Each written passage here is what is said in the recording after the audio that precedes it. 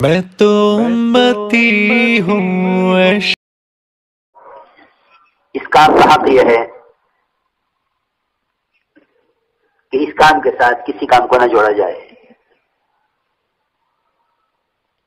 چاہے کوئی اپنے علاقے کا شیخ ہو، چاہے کوئی اپنے علاقے کا تاجر عہدیدار ہو، کوئی بھی ہو۔ استخلاص کا شور بہت ہے ہمارے ماحول میں کہ اس کام کو کسی سے کرو۔ وہ استخلاص کیا ہے؟ آخر کبھی غور بھی تو کریں استخلاص، کیونکہ جتنی اصطلاحات ہیں، اخلاص کی، استخلاص کی، استقامت کی، قبولیت کی، ان کے پیچھے صحابہ کے واقعات ہیں۔ ان واقعات کے بغیر نہیں سمجھ سکتا کوئی کہ استخلاص کسے کہتے ہیں، اخلاص کسے کہتے ہیں، حسن نیت کیا ہے۔ سنتے اس دن یاد آیا مجھے کہ واقعی اگر استخلاص ہوتا کام کرنے والوں میں تو یہ نہ کہتے ہیں۔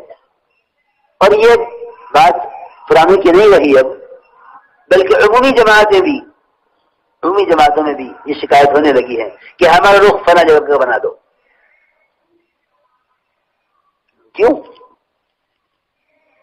کہ دیکھیے وقت لگنا ہے، وہاں بھی تقاضا ہے، وہاں بھی تقاضا ہے، لیکن جہاں ہم جانا چاہ رہے ہیں اگر وہاں چلے جائیں تو ہمارا ایک تجارتی کام ہے اور وہاں مجھے صاحب سے کچھ معاملہ کرنا ہے، جماعت کو بھی لگوا دوں گا۔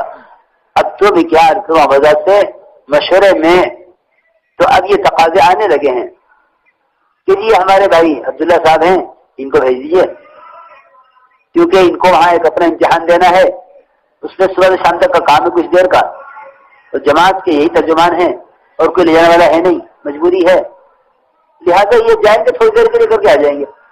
اور بتاؤں آپ کو اس کام کو تنظیم کس نے بنایا؟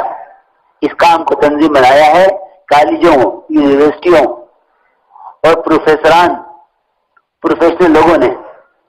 ریاست نے اس کام کو میواج اس لیے شروع کیا تھا کہ اس کام کے علاوہ کوئی کام کریں گے نہیں۔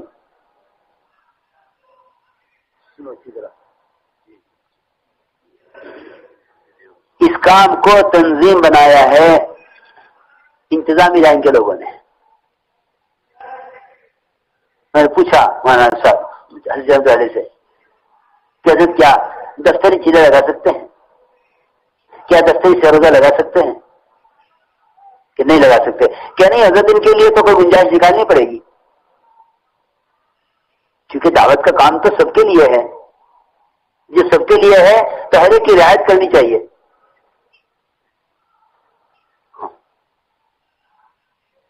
یہاں سے کام خراب ہوا، اس لیے کہ یہ بات پکی بات ہے کہ عزیمت کے بغیر تو قربانی پوری ہو نہیں سکتی، عزیمت کے بغیر تو قربانی پوری ہو نہیں سکتی۔ ایسا نہ ہو، خدا نہ کرے کہ یہ کام کسی بادشاہ کا باغ بن کے رہ جاوے جو کسی بڑھیا کے گھر میں جا گرا، اور اس جگہ کہ اس کی دو اتنی لمبی ہے، اس کے پر اتنے زیادہ ہیں، وجود اس کا بہت چھوٹا ہے، جسم چھوٹا ہے، کس طرح اڑے گا یہ؟ اس نے اس کے پر بھی کاٹ دیے، تھوڑی سی دم بھی کاٹ دی، اس کو ہلکا کر دیا، پھر دیکھا چونچ بہت لمبی ہے، آئے چکتا کس طرح ہوگا، تو اس کی چونچ بھی کاٹ دی۔ مولانا صاحب تو مثال دے کے فرماتے تھے کہ ہم نے کام کا وہ حشر کیا جو ایک بڑھیا نے ایک بادشاہ کے پاس کا کیا۔ یہ فرماتے تھے کہ ہم نے کام کا وہ حشر کیا کہ لوگ چاہتے تھے، آج کل بھی دستور ہے غیروں میں، پہلے زمانے جاہلیت میں تو مسلمانوں میں بھی اب بھی دستور ہے کہ وہ اپنے ہاتھ کے اوپر کوئی نہ کوئی تصویر یا کوئی اپنا نشان یا کوئی پتہ اپنے ہاتھ پر گدواتے ہیں، گدوانے کا مزاج ہے۔ وہ سوئی سے گدنے والا کوئی مسالہ بھر دیتا ہے، اس سے وہ مٹتا نہیں ہے، ہاتھ دھونے سے، نہانے سے، غسل کرنے سے، یہ دستور ہے۔ اور سمجھتے تھے کہ ایک صاحب گئے کسی کے پاس کہ مجھے گدوانا ہے، اس نے کیا بنانا ہے کہ اس میں شیر کی تصویر بنا دو۔ جیسے انہیں سوئی رکھی اور تکلیف ہوئی گئی، کیا کر رہے کہ شیر کا کان بنا رہا کہ بھائی بغیر کان کا شیر بنا دو، شیر کے لیے ضروری نہیں کہ اس کا کان بھی ہو۔ پھر سوئی رکھی، کیا کر رہے ہو کہ نہیں میں شیر کی تم بنا رہا ہوں، کہ نہیں تم بغیر تم کے شیر بنا دو۔ اس نے یہ کہا کہ شیر کا کوئی بھی حصہ بناؤں گا تکلیف تو ہوگی۔ میرے محترم دوستوں، ابھی تک ہم اس کام میں، کیونکہ یہ کام کوئی تنظیم نہیں ہے، تنظیمیں چلتی ہیں رعایت پر، رخصت پر، اپنی اپنی طبیعتوں پر۔ اس کام کے تقاضے عظیمت کے بغیر پورے نہیں ہو سکتے۔ میں تو ساری بات اس وقت کر رہا تھا کہ استخلاص کیا ہے۔ جب ان پرانے ساتھی کے بارے میں ہم سے یہ کہا گیا، کام تو میں، اللہ مجھے معاف فرمائے کہ میں نے یہ فیصلہ کیا کہ ان کو نہیں بھیجنا، کسی حالت میں نہیں بھیجنا، لیکن کے صلاحیتیں، ان کے فضائل، ان کی قربانی اپنی جگہ، لیکن جو شخص اپنے ذہن میں اس کام کے کرتے ہوئے کوئی اور تقاضا دل میں رکھتا ہے، تو مولانا فرماتے تھے کہ اس کام کی اہمیت اس وقت تک پیدا نہیں ہوگی جب تک اس کام کے لیے اہم کاموں کو چھوڑا نہیں جائے گا۔ جب تک اس کام کے لیے اہم کاموں کو نہیں چھوڑا جائے گا، اس کام کی اہمیت پیدا نہیں ہوگی۔ اس اعتبار سے استخلاص کو سوچا۔ استخلاص ہمارے یہاں ایک اصطلاح مشہور ہے، بھائی اس کام کو استخلاص سے کرو، یکسوئی سے کرو۔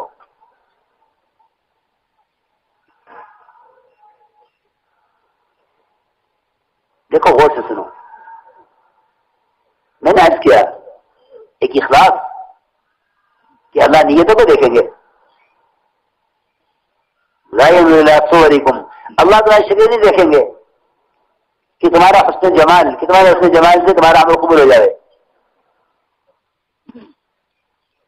ولا ينظر الى اجسامكم، اور اللہ تمہارے جسموں کو نہیں دیکھیں گے، یعنی تمہاری تکان کو کہ تم کتنا تھک رہے ہو کام میں، تمہاری تکان نہیں دیکھیں گے۔ ولكن ينظر الى قلوبكم ونياتكم، لیکن اللہ تعالیٰ دیکھیں گے تمہارے دلوں کو، تمہاری نیتوں کو۔